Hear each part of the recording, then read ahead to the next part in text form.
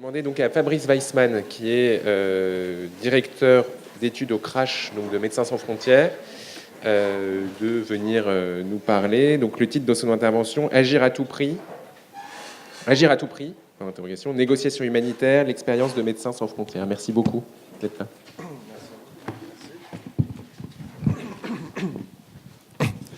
Merci beaucoup pour cette opportunité de venir discuter avec vous aujourd'hui.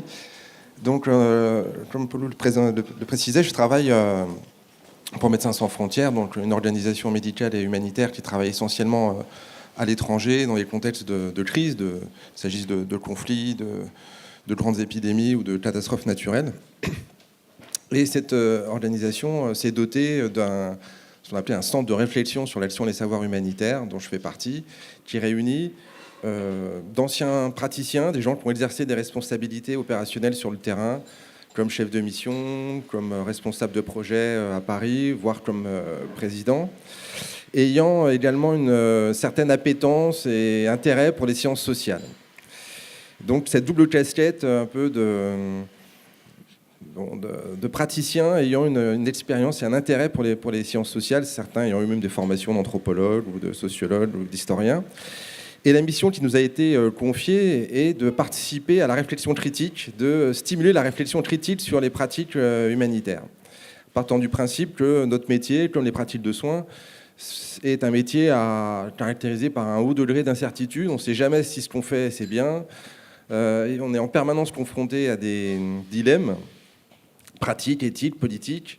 Commencer par savoir qui aider en priorité. Est-ce qu'il faut envoyer nos ressources en priorité au tsunami en Indonésie ou au Congo, en RDC, où une petite épidémie de fièvre hémorragique, Ebola, fait rage.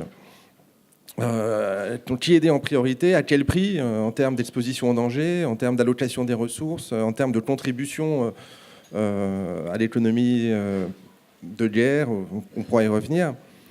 Donc toutes ces questions-là sont vraiment au cœur de la pratique quotidienne des décideurs opérationnels, et c'est pour aider à cette réflexion que MSF s'est doté de cette cellule, donc le CRASH, donc, dont notre fonction est de participer à cette réflexion à travers une série d'études, notamment, c'est-à-dire en ayant un point de vue décalé sur nos opérations, en ayant à la fois une connaissance opérationnelle, mais étant appelé à nous prononcer, à intervenir, à étudier des opérations dont nous ne sommes pas partie prenante.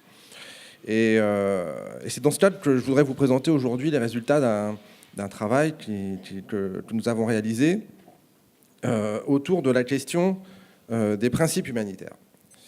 Donc ça tombe bien, on parle d'éthique, on parle donc les principes sont quelque chose d'assez central dans le milieu de l'aide. Vous savez que les organisations humanitaires ont tendance à se définir, enfin c'est pas ont tendance, se définissent en référence à un certain nombre de principes humanitaires, notamment les principes d'indépendance, d'impartialité, de neutralité, qui sont censés être un peu des repères cardinaux qui définissent un peu la démarche humanitaire,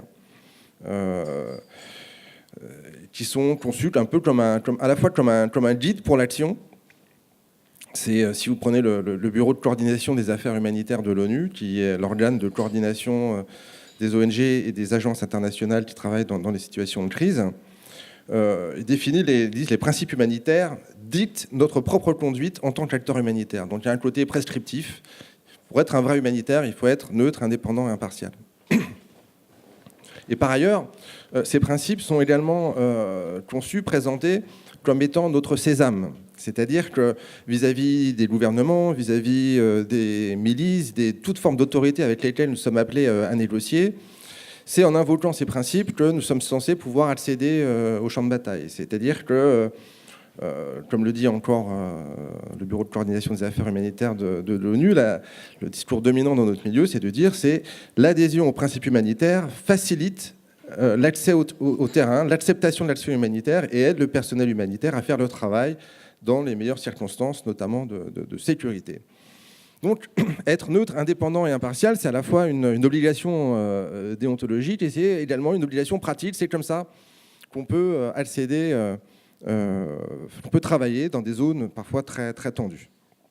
Et inversement, là je vous parle vraiment du discours dominant de notre milieu, hein, et vous verrez que l'enjeu de mon intervention, c'est précisément de un peu le questionner.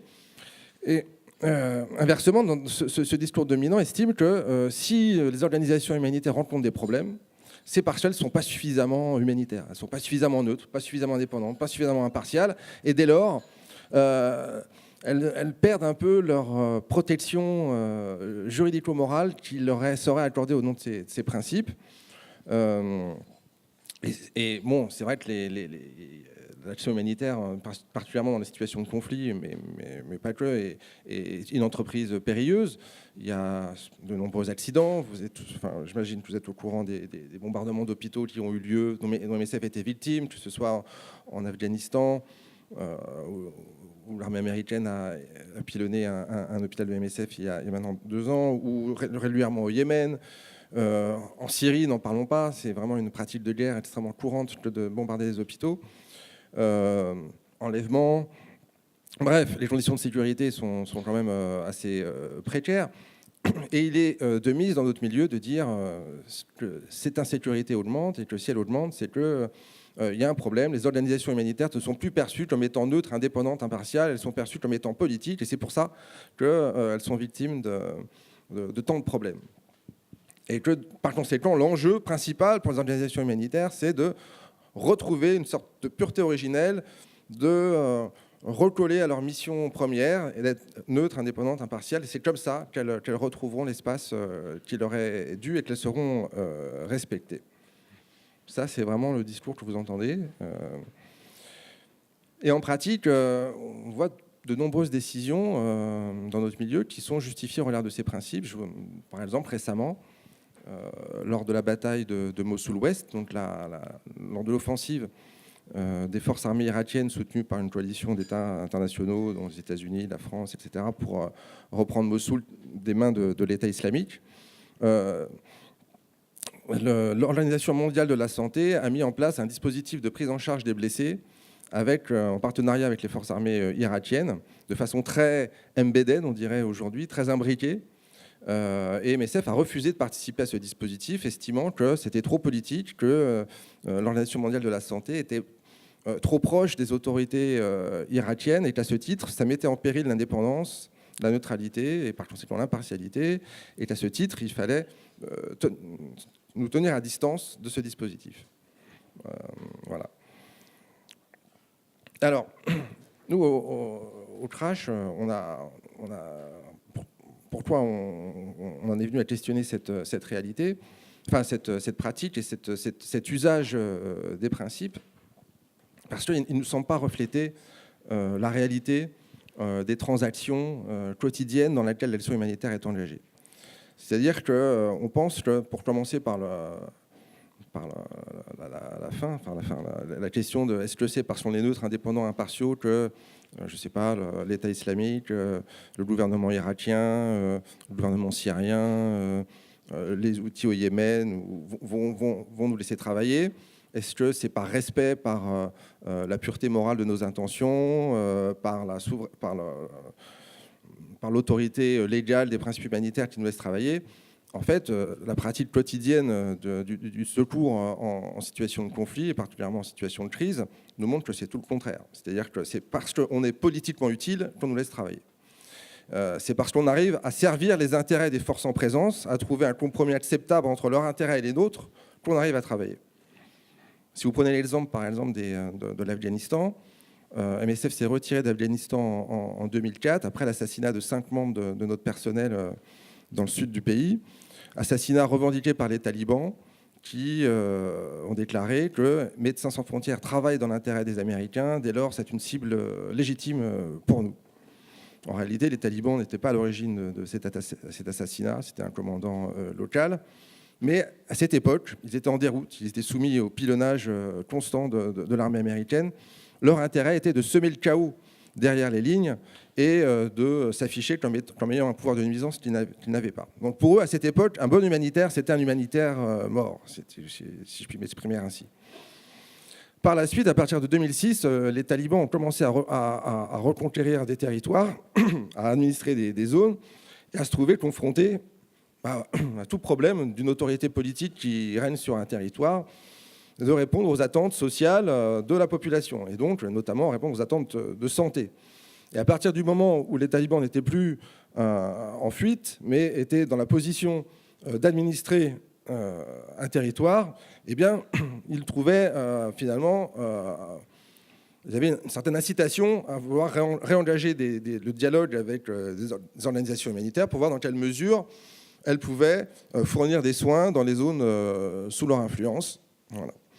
Donc, ça, c'est vraiment ce que nous montre l'expérience, c'est que la pratique de terrain nous montre que c'est pas le respect de principes abstraits qui nous permet de dégager un espace de travail, c'est au contraire, c'est d'abord les services que nous rendons, notamment les services, les filières de prise en charge des blessés, qui sont quand même très recherchés, notamment pour des mouvements insurrectionnels.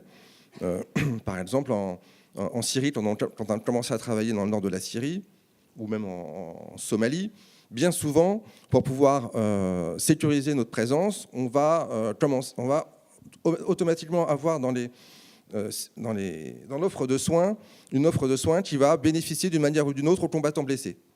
C'est une manière finalement d'acheter, entre guillemets, le droit de secourir le reste de la population, en sachant que d'un point de vue humanitaire, un combattant blessé est un non-combattant, c'est une victime.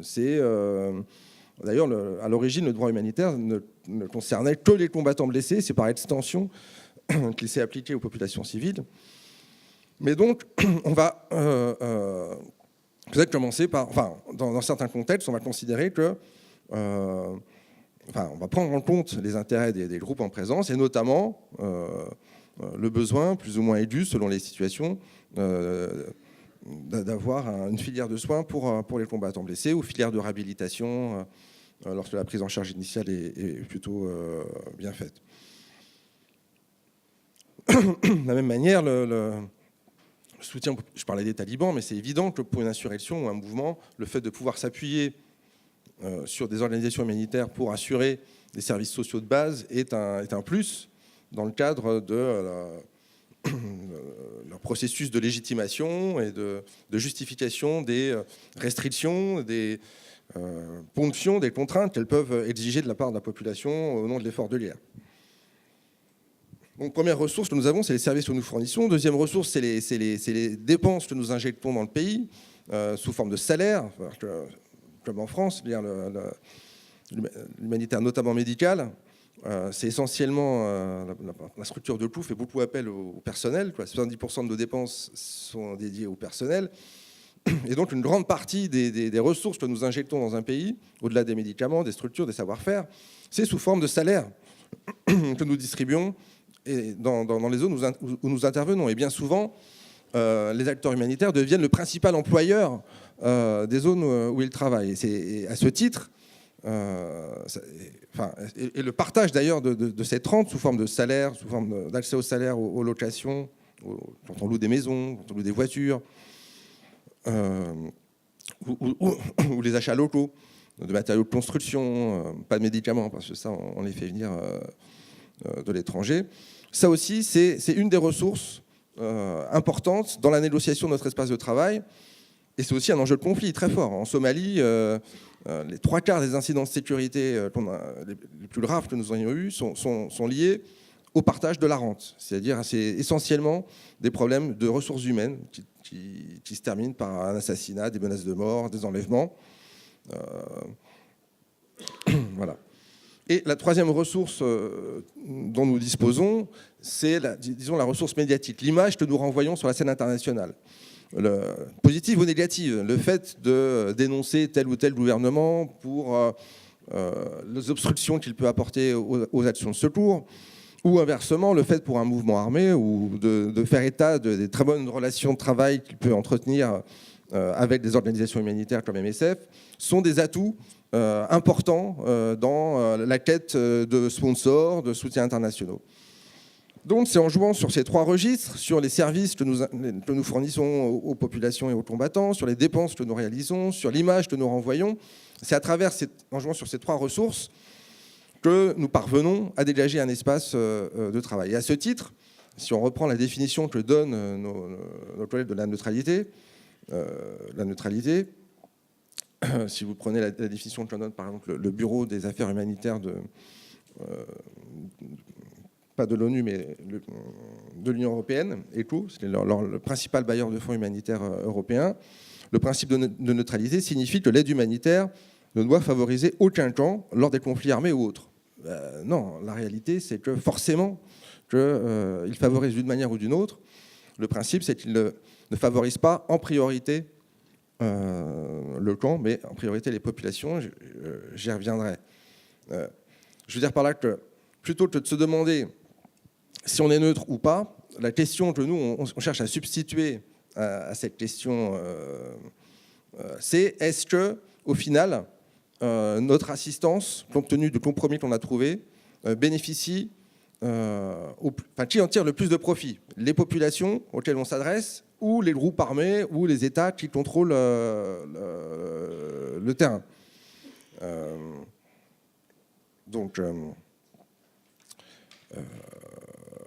Voilà, c'est plutôt cette question-là qu'on essaye de substituer à la question de la neutralité. Voilà. Et se demander si on est neutre ou pas, finalement, c'est faire l'impasse sur toutes ces transactions qui sont au cœur de notre travail. Deuxième principe dont je voudrais parler et qui est présenté souvent comme un guide pour l'action, c'est le principe d'impartialité. En disant, ce qui définit l'action humanitaire, c'est également le souci d'impartialité, qui est donc, là aussi, je peux vous donner une autre définition. Comment est définie l'impartialité? Il y a différentes définitions en circulation dans notre milieu, mais grosso modo, ça renvoie à l'idée que l'aide humanitaire doit être octroyée sur la seule base des besoins, sans aucune discrimination. Donc, il y a une double notion dans l'impartialité. Il y a le principe de non-discrimination et il y a le principe de proportionnalité vis-à-vis des besoins. Alors, nous, là-dessus, c'est évident que le principe de non-discrimination est au cœur de l'action humanitaire. Ce qui fonde peut-être, si on devait se trouver une définition la plus élémentaire de l'action humanitaire, c'est d'aider des gens qui sont dans une situation difficile du seul fait de notre appartenance commune à l'humanité. Non pas en raison de leur religion, de leur préférence politique, de leur identité ethnique ou quoi que ce soit, mais du seul fait qu'on est des êtres humains et qu'à ce titre, notre seule vocation, c'est de les aider à les sortir d'une situation délicate. Mais en revanche, donc le principe de non-discrimination qu'on partage avec l'éthique médicale, celui-ci ne pose pas réellement de questions. En revanche, la situation se complique quand on essaie de définir ce qu'est une aide humanitaire distribuée proportionnellement aux besoins. Parce que là, la notion de besoin, il n'y a rien de plus labile et socialement déterminé qu'un besoin.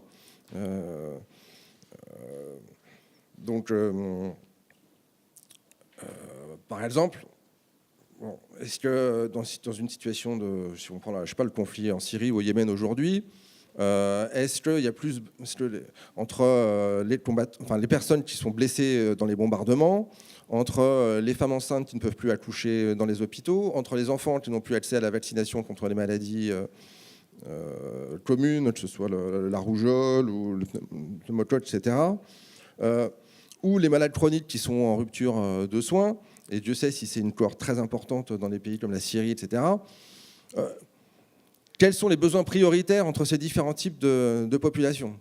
Par ailleurs, faut-il se focaliser, là c'est une question d'ordre éthique, sur les personnes qui sont le plus en difficulté, les plus vulnérables, ou le plus grand bien du plus grand nombre? Autrement dit, là on pourrait prendre l'exemple, est-ce qu'il faut l'exemple de la médecine de guerre? On peut se dire que les plus vulnérables, c'est les blessés. On peut dire que les plus blessés, les blessés aigus, au moment où ils sont dans les 15-30 premières minutes qui suivent leur blessure, parce que ça, c'est une spécificité de de la traumatologie de guerre, c'est que 80% des décès ont lieu dans la première demi-heure qui suit la blessure.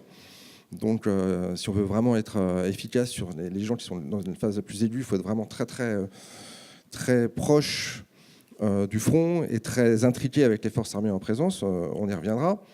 Mais bon,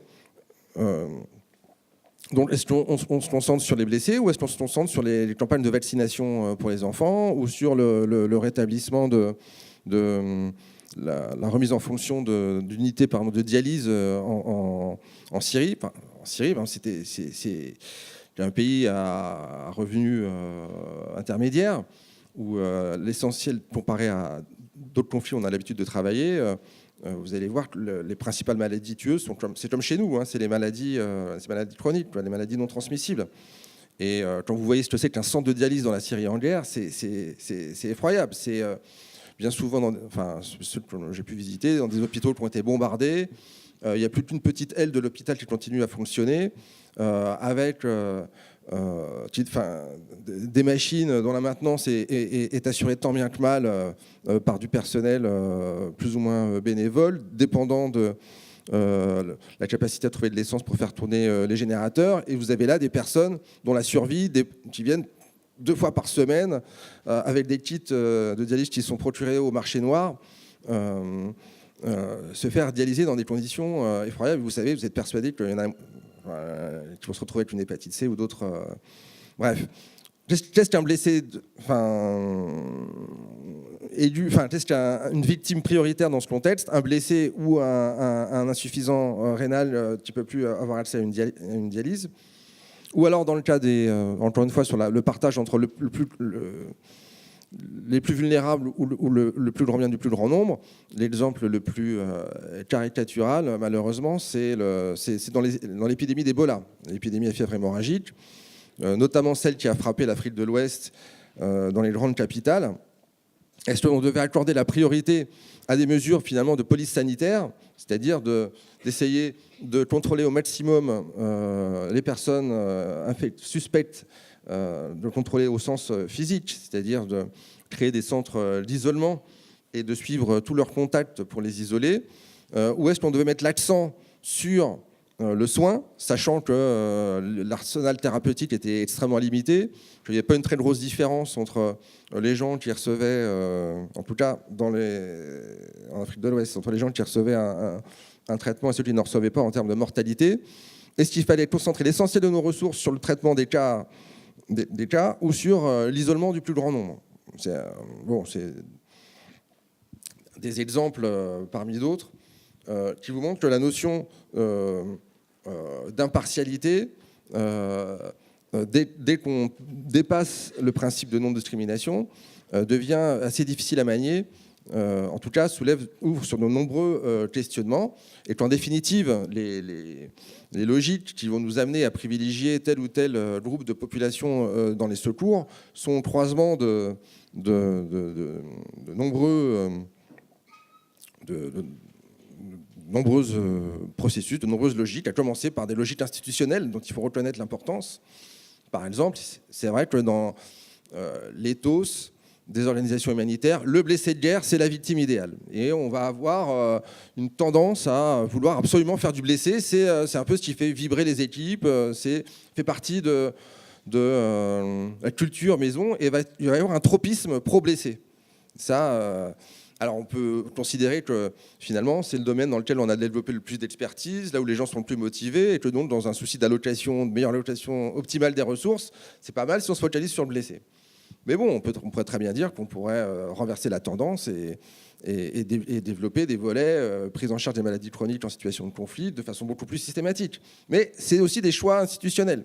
Dans ces choix institutionnels, il y a la volonté d'être présent. Par exemple, vous prenez la crise des migrants en Europe, ou à la Palestine, les migrants en Europe, une fois qu'ils atteignent les côtes européennes, ils sont en très bonne santé. Hein. C'est des jeunes hommes vaillants. Donc le principal problème qu'ils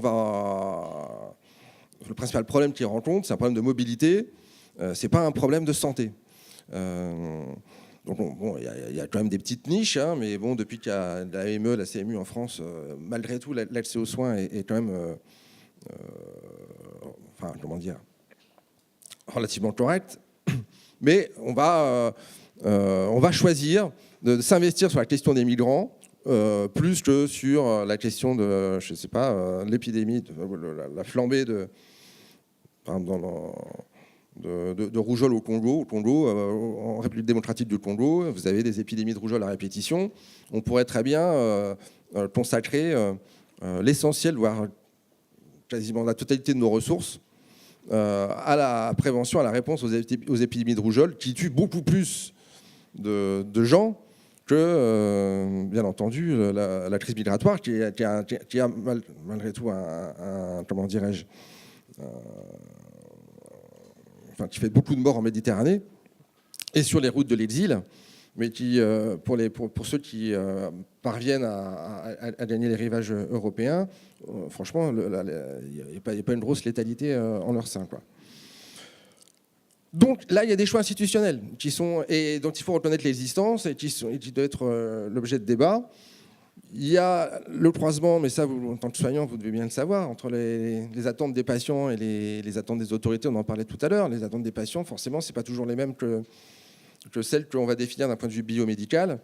Une des principales demandes qu'on a sur la plupart de nos terrains, comme type de service, c'est la lutte contre l'infertilité, d'avoir des remèdes contre l'infertilité. Est-ce que ça va être une priorité ou pas?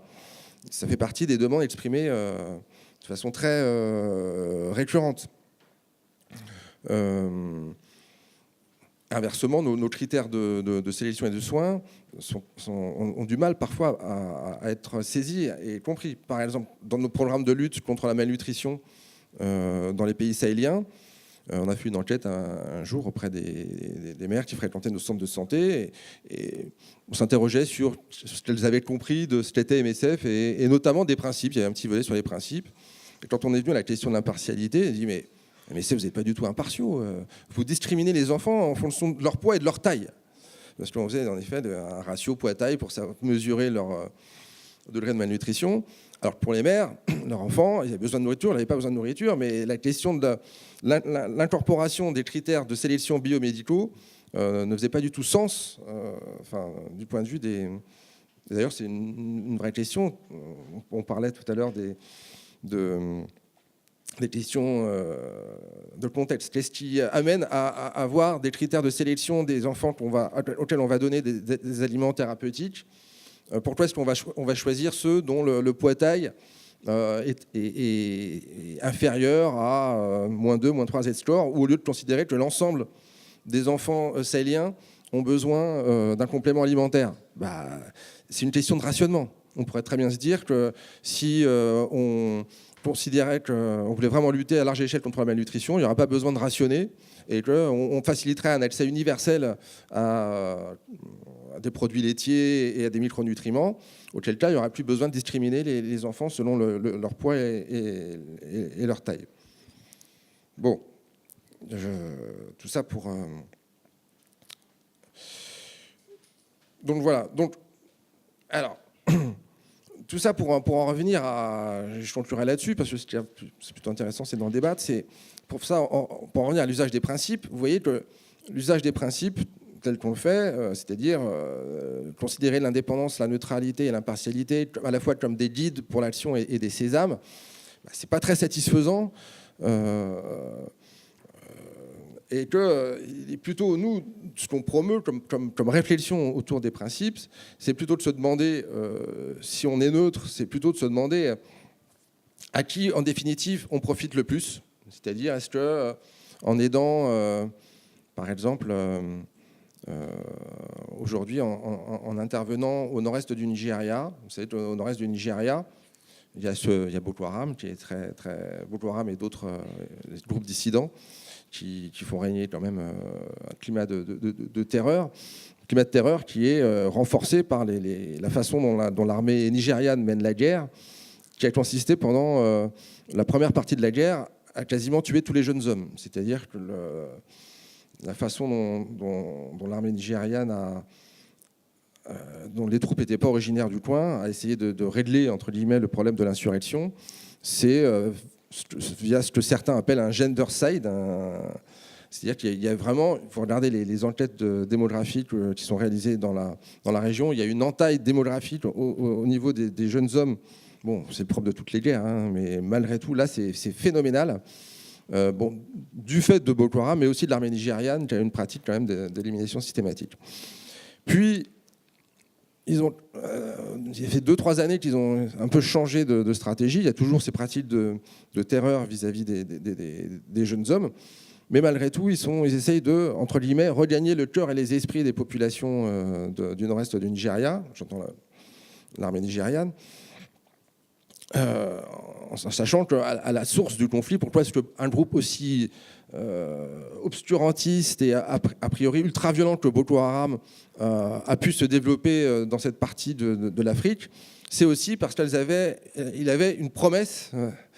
Là, je ne sais pas quel était l'environnement conventionnel de cette promesse, mais une promesse de créer un ordre plus juste fondé sur la charia, dans un pays, dans une région extrêmement minée, où l'État a essentiellement une fonction prédatrice, où les services sociaux sont quasi inexistants, où la corruption atteint des niveaux records.